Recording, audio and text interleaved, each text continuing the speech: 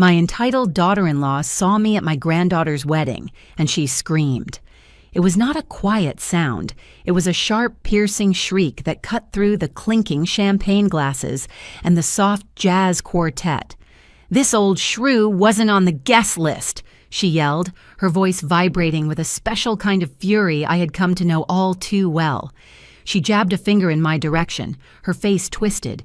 "You let anyone just walk in here? Get the owner now." The ballroom fell silent. Every eye turned to us.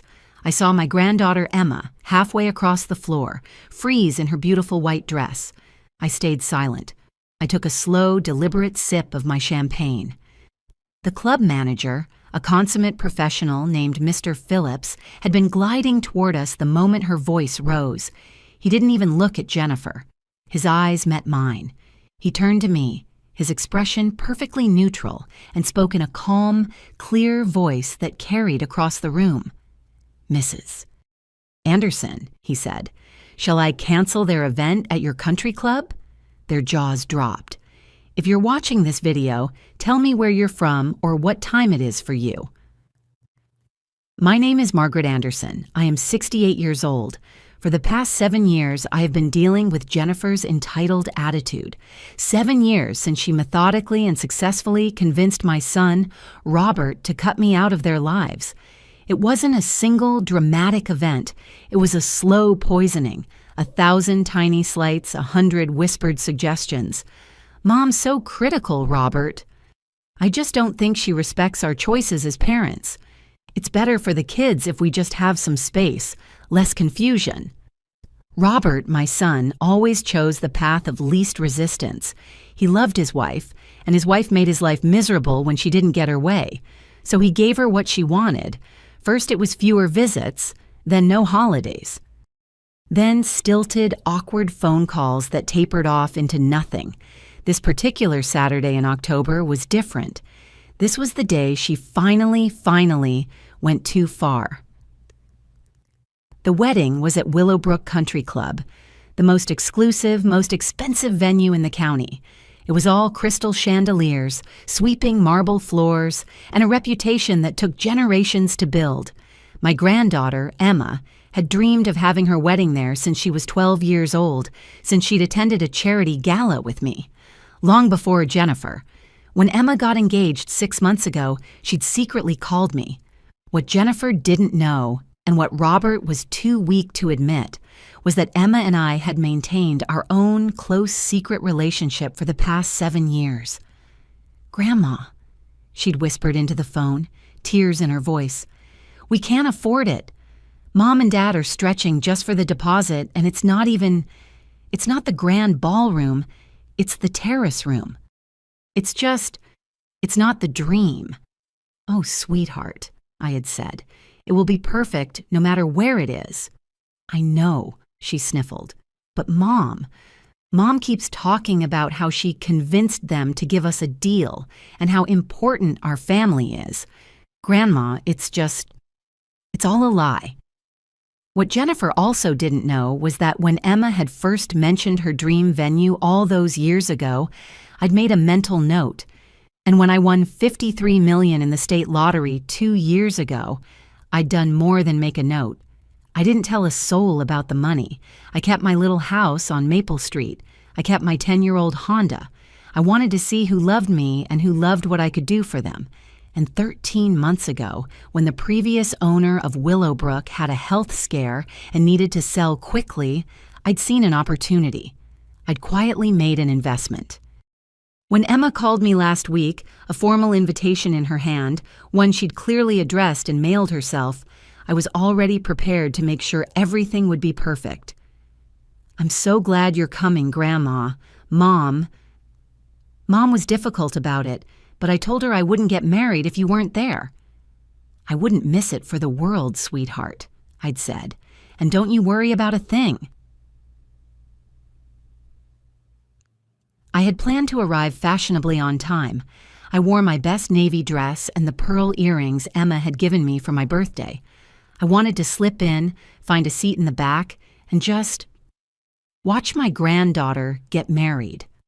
My plan went to hell at the main security gate. The new guard, a young man named Trevor who didn't know me from Adam, stepped out of the booth and held up his hand. "Good evening, ma'am. Name, please." "Margaret Anderson.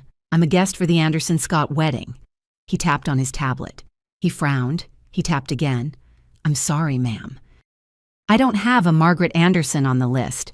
My blood went cold. Then it went hot. "That must be a mistake. Please check again." "I've checked twice, ma'am. I have the final approved list from the event planner." He looked uncomfortable. "I can't let you onto the property." You can't be serious." I could hear the cars lining up behind me. This was Jennifer. It had to be. She'd not only not invited me, she'd put me on a do not admit list, the sheer calculated malice of it. "Ma'am, I have my orders. If you're not on the list, you'll have to call the event host." "The event host is the problem, young man." I gripped the steering wheel. I lost time. I argued. I reasoned. I fumed. He held firm. I was losing my composure. I was losing my plan for a quiet entrance. Finally, I snapped. I wasn't going to pull rank. Not yet, but I was getting in. I pulled out my phone and dialed Mr. Phillips. "Phillips," I said, my voice clipped. "It's Anderson. Mrs. Anderson. Is everything all right? I'm just at the downtown office coordinating the—" "I'm at the main gate, Phillips. Your new man, Trevor, won't let me in. Apparently, I'm not on the list." There was a dead, horrified silence on the other end of the line. "Mrs. Anderson, I am profoundly sorry. I will call the gatehouse this instant. He's new." "See that you do." I hung up. Less than 10 seconds later, Trevor's radio crackled. He listened, and his face went from professional uncomfortable to chalk white. He looked at me as if I'd just grown a second head. "Ma'am?" "Mrs. Anderson, my deepest apologies. Please, go right in." I put the car in gear and drove through, my hands shaking. My plan to arrive quietly was in ruins. I was no longer calm. I was enraged. I parked and walked into the grand ballroom. The ceremony had just finished. Guests were mingling, champagne glasses clinking, and then I saw her. Emma. She was radiant. She was wearing her grandmother's restored lace gown, the one I had worn 35 years ago, the one I had secretly preserved for this very day and had given to her just last month. All the anger from the gate incident melted away, just for a moment. This was why I was here, for her. I took a glass of champagne from a passing waiter and allowed myself a small private smile. That's when Jennifer spotted me. She had been holding court near the head table, regaling some poor souls with stories about how she'd personally convinced the club management to accommodate their special requests.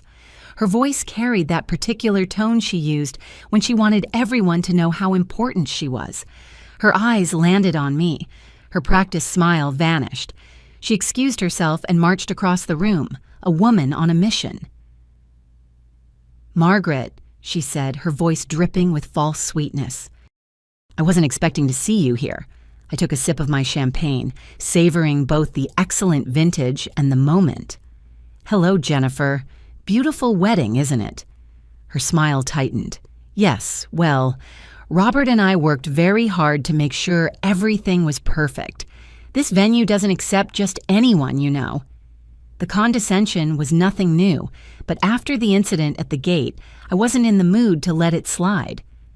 "I'm sure you did," I agreed mildly. Something in my tone irritated her. Her mask slipped. "Actually, Margaret, I need to ask you something. How exactly did you get in here? I have the final guest list and I don't recall adding your name." Nearby guests started to notice. The energy shifted. Drama was brewing. "Emma invited me," I said simply. "Emma?" Her voice went up an octave. "Emma doesn't manage the guest list. I handled all the invitations personally, every single one." That's when it hit me. The incident at the gate, that was one thing. But this was confirmation. She hadn't just forgotten me. She had deliberately, actively excluded me from my own granddaughter's wedding. The hurt was sharp, but it was followed by a cold, clear anticipation. "I think there's been a mistake," I said, my voice calm. "Oh, please." Her laugh was sharp enough to cut glass. "I handled the guest list myself, and I can assure you I know exactly who belongs here and who doesn't." "A tiny detail," I repeated quietly. "Is that what I am to you, Jennifer?" Her facade cracked. "Look, Margaret, this is a sophisticated venue with a certain caliber of guests." She leaned in. "We needed to be selective." "Selective?" A new voice cut through the air, cold and sharp as ice. "Is that what you call this, Jennifer?" We both turned. It was Cynthia Bishop, the queen bee of the club. Old money. The one person in the county whom Jennifer desperately, pathetically wanted to impress. Cynthia was everything Jennifer pretended to be, wealthy, connected, and utterly dismissive. I personally couldn't stand the woman. She was a snob. But right now, her timing was impeccable. Jennifer's face went white. "Cynthia, I was just explaining to Margaret." Cynthia arched a perfectly plucked eyebrow. "Your voice is grating, Jennifer. It's disturbing the quartet." She looked Jennifer up and down, a flicker of disdain in her eyes. "This is Willowbrook. If Mrs. Anderson is here, she is, by definition, the caliber this club requires." She paused, then delivered the killing blow. "One can't always say the same for the event hosts." The public humiliation was profound. Jennifer looked like she'd been slapped. She had been fawning over Cynthia for years, trying to get into her social circle. Cynthia then turned to me. She didn't smile. Her motives were, as always, entirely her own. Likely, she just enjoyed putting new money trash like Jennifer in her place. "Margaret." She gave me a single cold nod, and she glided away. I watched her go. When I turned back to Jennifer, the woman I saw was no longer smug. She was incandescent with rage. Being publicly rebuked by her idol had shattered her composure. She tripled down. All her fury, meant for Cynthia, now turned on me. "Security!" she suddenly shrieked, making people jump. "We have a gate crasher. I want her out." She pointed at me. This inappropriate individual, Andy, is ruining the photos. We have photographers documenting this evening, and I will not have her in the background." A young staff member named Marcus approached, his face a mask of professional discomfort. "Ma'am, perhaps we could—" "No!" Jennifer snapped. "I want to speak to whoever is in charge. Get the manager. Get Mr. Phillips. I want this person removed." "Now." "Jennifer," I said quietly, "are you quite sure you want to continue this?" "I am simply trying to protect the dignity of this event," she shot back, raising her chin. "Emma deserves better than this," I agreed. "She deserves better than having her grandmother publicly humiliated at her own wedding." "Her grandmother was invited," Jennifer hissed. "You were not." "Mom?" "Robert." Finally. He'd broken away from his conversation and was heading toward us, his expression confused. Jennifer immediately pivoted, her expression shifting to one of wounded innocence. "Oh, Robert, thank goodness. Your mother is here, and she seems confused about the guest arrangements. I've been trying to explain gently." I cut her off. I was done. The fury from the gate, the insult from Jennifer, the cold assist from Cynthia. It was all too much. "Confused, Jennifer? Is that what you call it?" I turned to my son. "Robert, what's going on here?" "Mom, I thought... We haven't really talked. We haven't talked in 7 years," I finished for him. "Not since Jennifer decided our family would be better off without me." Robert winced. "Jennifer," he said carefully, "didn't we discuss inviting Mom?" "We talked about it," Jennifer said quickly, "but you said she probably wouldn't want to come, that it would be awkward." "What I said," Robert replied, his voice getting firmer, "was that I hoped she would want to come, despite our problems. I never said not to invite her. Before Jennifer could spin another lie, I stepped forward. The anger from the gate incident was still fresh. It's worse than that, Robert. Your wife didn't just not invite me, she had me barred from the property. I stared him down. She had me on a do not admit list at the main gate. The guard physically stopped my car and wouldn't let me in. I had to call Phillips just to get to my granddaughter's wedding. Jennifer, for the first time, looked genuinely confused. What, the gate? I didn't do that. I didn't send you an invitation. I didn't call security. I watched her face. She was telling the truth. And then I looked at Robert. His face was pale. He was looking at the floor. He wouldn't meet my eyes. A new, terrible realization dawned. Robert, I whispered. He flinched. Mom, he muttered, so low I could barely hear him. I did that. I took your name off the gate list. The air left my lungs. You, what? I was afraid, he stammered, looking at his wife, then at me. Jennifer was just so stressed about the guest list and Cynthia Bishop, and I just thought if you didn't show up, it would be easier. For everyone. Easier? This was worse than Jennifer's malice. This was the quiet, devastating betrayal of my own son, his cowardice. He had been so afraid of his wife's tantrum that he had personally, actively barred his own mother from the wedding. The false trail. It hadn't led to Jennifer. It led right here, to him. Excuse me. Marcus, the staff member, cleared his throat, looking desperate to end this. Mr. Phillips is here now, if you'd still like to speak with him. I turned. Mr. Phillips was walking toward us, his expression perfectly neutral. He was a distinguished man, impeccably dressed, the very picture of high-end management. Jennifer, desperate to regain authority after the Cynthia debacle and Robert's humiliating confession, pounced. She saw Phillips as her salvation. Mr. Phillips, thank goodness, she said, her voice sharp. We have a situation here. This woman, she gestured at me, is not on our authorized guest list. I personally managed every invitation. I insist that you remove her from the premises right now. Phillips looked at Jennifer. He looked at Robert's pale, guilty face. Then he looked at me. I saw the barest flicker of something in his eyes. Amusement? Good evening, he said smoothly. I understand there's some concern about the guest arrangements. There is, Jennifer said. She doesn't belong here. Phillips nodded thoughtfully. Then he turned to me. And you are?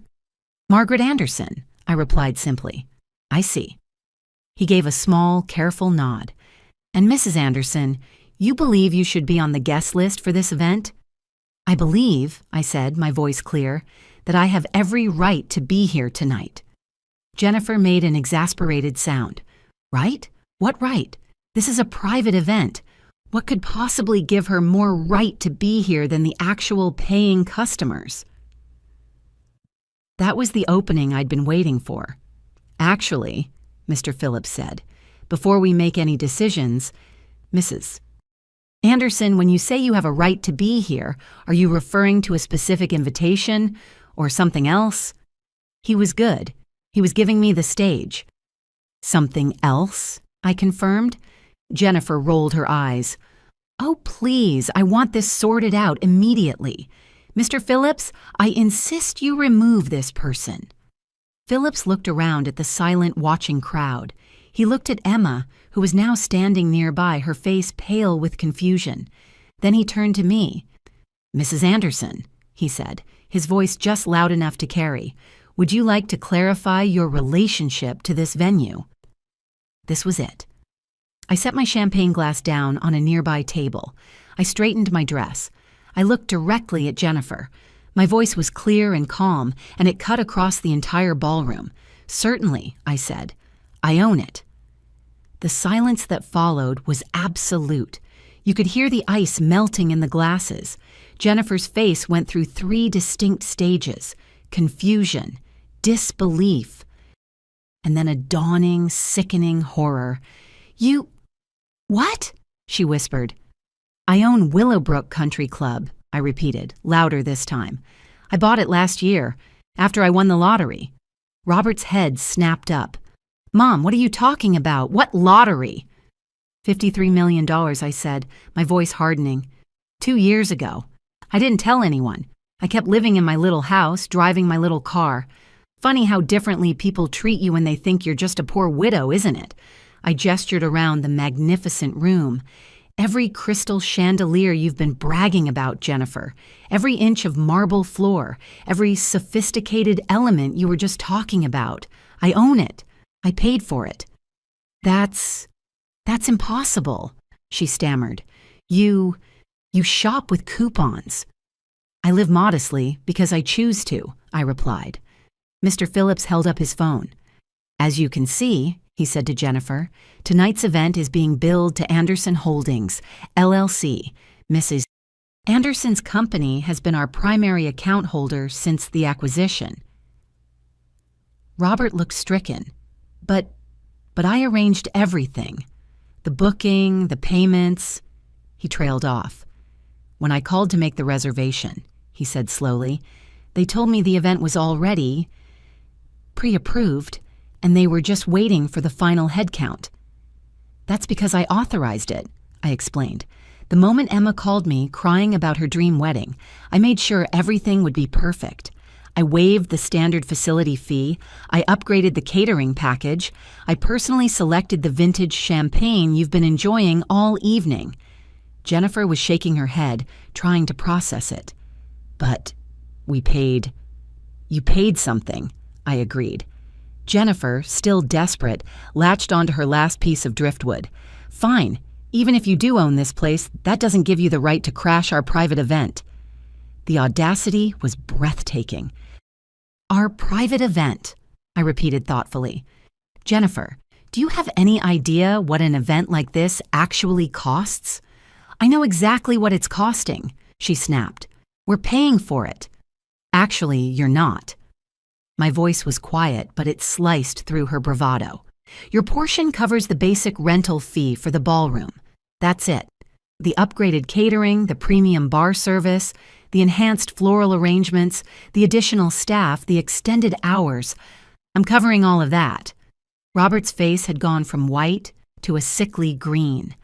How much are we talking about, Mom?" "The total bill for tonight, Jennifer, will be approximately $47,000. The number hung in the air like a thunderclap. "Your portion," I continued, looking right at her, "the $8,500 you thought was everything, covers about 18% of tonight's actual costs. I am covering the remaining $38,500 as a gift to Emma." Robert looked like he was going to be sick. We thought... "You thought you were the big shots," I said, not unkindly. "You thought you'd secured the impossible booking through your own influence, and I let you think that, because I wanted Emma to be proud of you." Emma was crying now, her new husband holding her arm. "Grandma, I'm so sorry. I had no idea." "You have nothing to apologize for, sweetheart," I said. But Jennifer wasn't done. Cornered, humiliated, and exposed, she wasn't ready to surrender. "Fine," she said, her voice sharp with desperation. "So you own the place. So you're paying. That doesn't change the fact that you weren't invited. This is still our family event, and we still have the right to decide who attends," the crowd murmured. She was essentially arguing that her 18% contribution gave her the right to exclude the 82% stakeholder who also owned the building. "She raises an interesting point," I said to the crowd. "Jennifer believes that paying for an event gives her absolute authority." I turned back to her. "So let me ask you this, Jennifer. If paying for an event gives someone the right to control the guest list, and I'm paying for 82% of tonight's costs, what exactly do you think that means for your authority?" The mathematical reality hit her like a freight train. She stammered, you can't what? Attend an event I'm paying for at a venue I own? I pulled out my phone. You know, you've raised such an interesting legal question. I think we should get an expert opinion.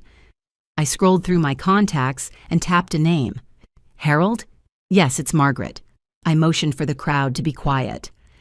I'm sorry to bother you on a Saturday, but I have a fascinating contract law question. I'm at a venue I own for an event I'm 82% funding. One of the other parties is arguing that their 18% contribution gives them the right to exclude me from attendance. Could you clarify the legal standing? I heard Harold's dry laugh through the phone.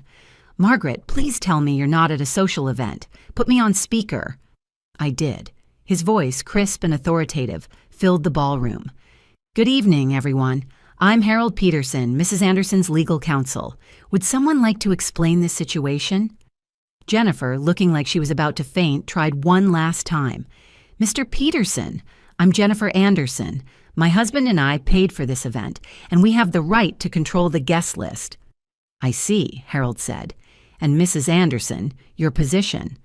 I own the venue, and I'm covering 82% of the costs, I repeated. There was a pause. Mrs. Jennifer Anderson, Harold said finally, in my professional opinion, your position is not only legally baseless, but potentially actionable. If you attempt to exclude the property owner who is also the primary funder, you could be liable for harassment, trespassing, and interference with business operations. Jennifer's face was a mask of green, white, and red. Thank you, Harold, I said sweetly. That clarifies things beautifully. I hung up. I looked at Jennifer. She was trapped, beaten, humiliated, and she snapped. I don't owe you anything, she shrieked, the last vestiges of her composure gone. Rich or poor, you're still just a meddling old woman who can't accept that your son has a new family now. The gasp from the crowd was audible. She grabbed Robert's arm, her fingers digging in like claws. We're leaving! Right now! Choose, Robert! Are you coming with me? Or are you staying with her? Choose your wife and children, or choose her. The ultimate ultimatum. She was demanding my son choose, right here, at his daughter's wedding. Robert stood paralyzed, his face a mask of anguish.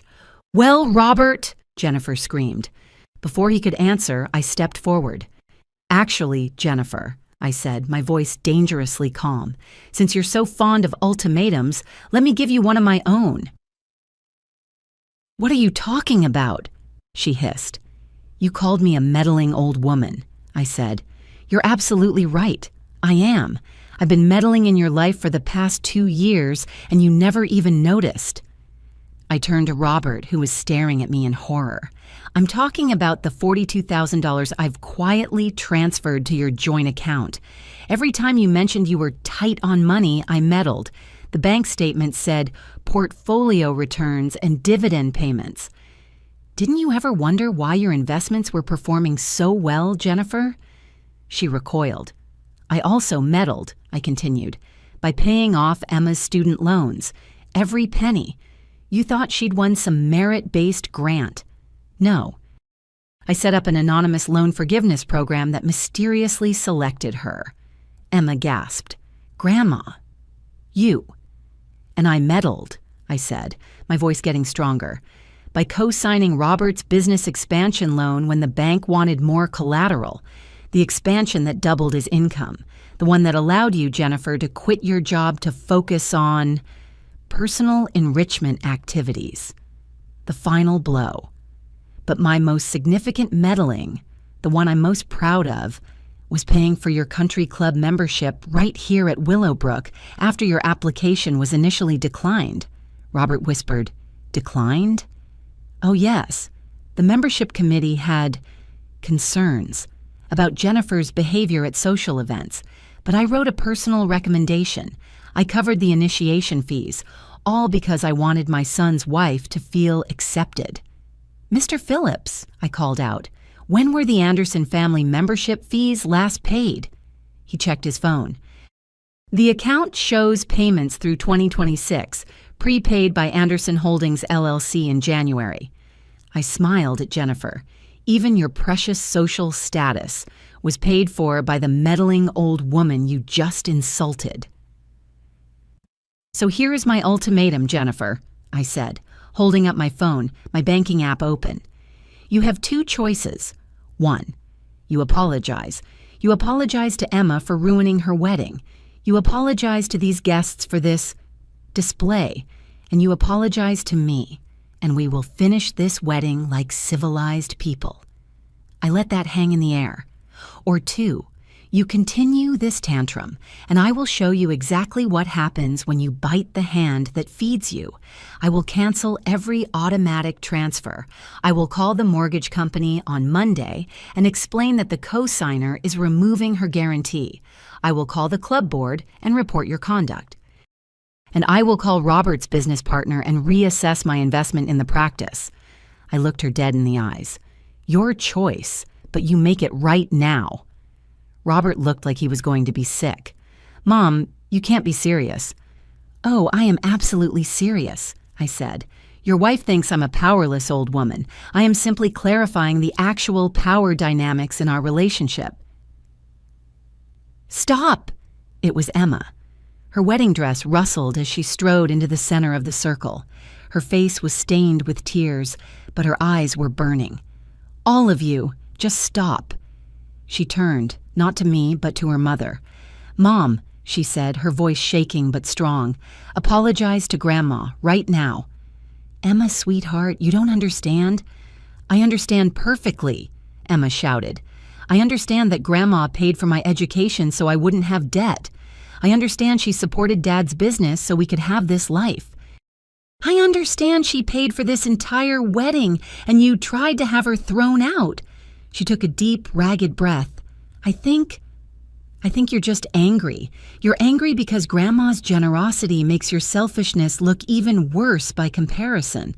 You've been taking advantage of her kindness for years, and now you're just embarrassed that everyone can see it. That's not, Jennifer started.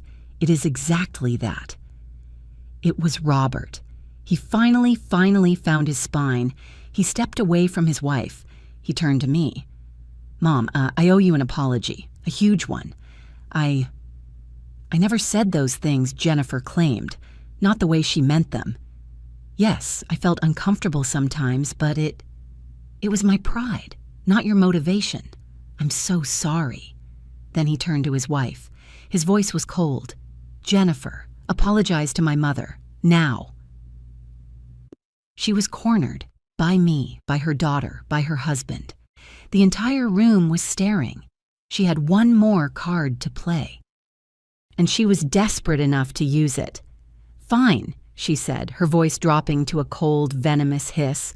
But before I apologize for anything, I think everyone here should know the whole truth about your precious Margaret and your precious son. A new chill entered the room. What truth is that, Jennifer? I asked. She smiled. It was the ugliest expression I had ever seen. You want the truth? Fine. Your son, Robert, your perfect spineless son, has been lying to all of us for months. Robert's face went white. Jennifer, don't. I'm talking about the phone calls, she screamed, her voice cracking. The secret meetings, the lies about where he's been. She spun to face the crowd, a public accuser. He's been having an affair. A collective gasp. Emma made a sound like she'd been punched. That's not true, Robert said, but his voice was weak. Isn't it? Jennifer shrieked. Then explain Sarah. Explain the late nights at the office with Sarah. Explain the phone calls you take in the garage. Explain the receipts I found for dinners at restaurants we've never been to. She had been holding this, saving it. This was her bomb, and she just detonated it in the middle of her daughter's wedding. The accusations hung in the air, toxic and thick. Jennifer, Robert said, his voice breaking, you don't know what you're talking about. Don't I? I've been living with this for months, pretending I didn't see it. Actually, Mrs. Anderson, I think I can clarify this situation. A new man stepped forward from the crowd, Dr. Harrison, Robert's business partner. I hadn't even seen him arrive. Jennifer's triumphant, tear-streaked face began to waver. Dr. Harrison, she said. What are you— Mrs. Anderson, Dr. Harrison said, addressing Jennifer directly. His voice was calm and steady. You are absolutely right about Robert meeting with Sarah. They have been having secret conversations and making plans behind your back. Jennifer's face lit up with vindication. I knew it! However, Dr. Harrison continued, those meetings were not about an affair. They were about planning a surprise party for your 10th wedding anniversary next month. The silence that fell was so profound, it was like the world had stopped. A surprise party? Jennifer whispered. Robert wanted to recreate your honeymoon trip to Italy, Dr. Harrison explained gently. Sarah is a travel agent, or rather, her sister is. She was helping him coordinate with the travel agent and the hotel where you stayed. The late nights at the office? That was him, working extra hours. He was trying to afford the entire trip himself, without asking his mother for help again. Robert was staring at his wife, his face a mask of utter heartbreak and disbelief. Jennifer, how could you think I would cheat on you? His voice broke. The dinners. Those were meetings with the agent. I was trying to surprise you. Emma was crying again, but now it was from grief. Mom, how could you? How could you destroy everything like this? Jennifer stammered. She looked around, but there was no one on her side. The faces staring back at her were filled with disgust, pity, and profound disappointment. She had just publicly, catastrophically, and irrevocably self-destructed. Jennifer stood in the center of the room, a broken woman. Mascara streamed down her face, and I realized something. She wasn't evil. She was just broken, insecure and terrified of being inadequate, but understanding her pain didn't excuse the damage. Jennifer, I said quietly. My anger was gone, replaced by a deep, weary sadness. I think you need to get some help. She looked at me, her eyes red and swollen. What? Professional help, I said. Therapy, counseling, something. To deal with whatever has been making you so unhappy that you would destroy your own family rather than accept kindness. She finally broke. A sob tore out of her, raw and painful. I'm sorry, she whispered, looking at me. I'm so sorry. For tonight. For the past 7 years. I'm sorry for being too proud, too insecure to see what you were trying to do. I accept your apology, Jennifer, I replied. But sorry isn't enough. You need to do the work. You need to fix what's broken inside you. I will. She nodded, tears starting again. I promise. I will. Robert approached her, his face grim. Jennifer, we need to talk, seriously, about us, about getting help. I know, she whispered. I know. Emma surprised everyone. She walked over and hugged her mother. Mom, she said softly, you matter to me. You matter to Dad. You even matter to Grandma. But you have to stop pushing away everyone who tries to love you. Then, my granddaughter, this incredible young woman, turned to the remaining guests. Ladies and gentlemen, she said, her voice carrying, I want to thank you for being here. This hasn't gone as planned, but it's taught me something important. She looked right at me and her eyes were shining with love. Family isn't about who pays for what. It's about who shows up for each other, especially when it gets hard. And my grandmother has been showing up for our family for years, even when we didn't deserve it. The guests began to applaud, softly at first, then louder. So, Emma continued, a small smile breaking through her tears. I couldn't be happier to be married to David, and I couldn't be more grateful to have a grandmother who taught me what real love looks like. As the evening finally wound down, Jennifer approached me one last time. Margaret, she said quietly, I don't expect forgiveness, but I want you to know. I'm going to get help, real help. I'm going to make this right. That's a start, I said. But Jennifer, actions matter more than words. Show us. Don't tell us. She nodded, and she walked away to find her husband. Emma and David came over to say goodbye. Emma hugged me so tight I thought my ribs would crack. "Thank you, Grandma," she whispered, "for everything, for the wedding, for college, for never giving up on us, even when we gave up on you." "Thank you for being brave enough to invite me," I replied. As I drove home to my little house on Maple Street, my phone buzzed, a text from Emma. "Thank you for making my wedding unforgettable. Not for the drama, but for showing me what it looks like when someone stands up for themselves with grace and strength. I love you, Grandma." I smiled as I pulled into my driveway. The lottery had given me financial freedom, but tonight had given me something more valuable. Respect isn't something you can buy. It's something you have to demand. Love doesn't mean accepting abuse. Love means caring enough to demand better. And that, I thought, as I sipped a cup of tea under the stars, was a lesson worth $53 million. If this story resonated with you, leave a like and consider subscribing. You can also drop any comment below, even just one word. Maybe tell me where you're watching from, or what time it is right now. Sometimes one word is enough to say you were here,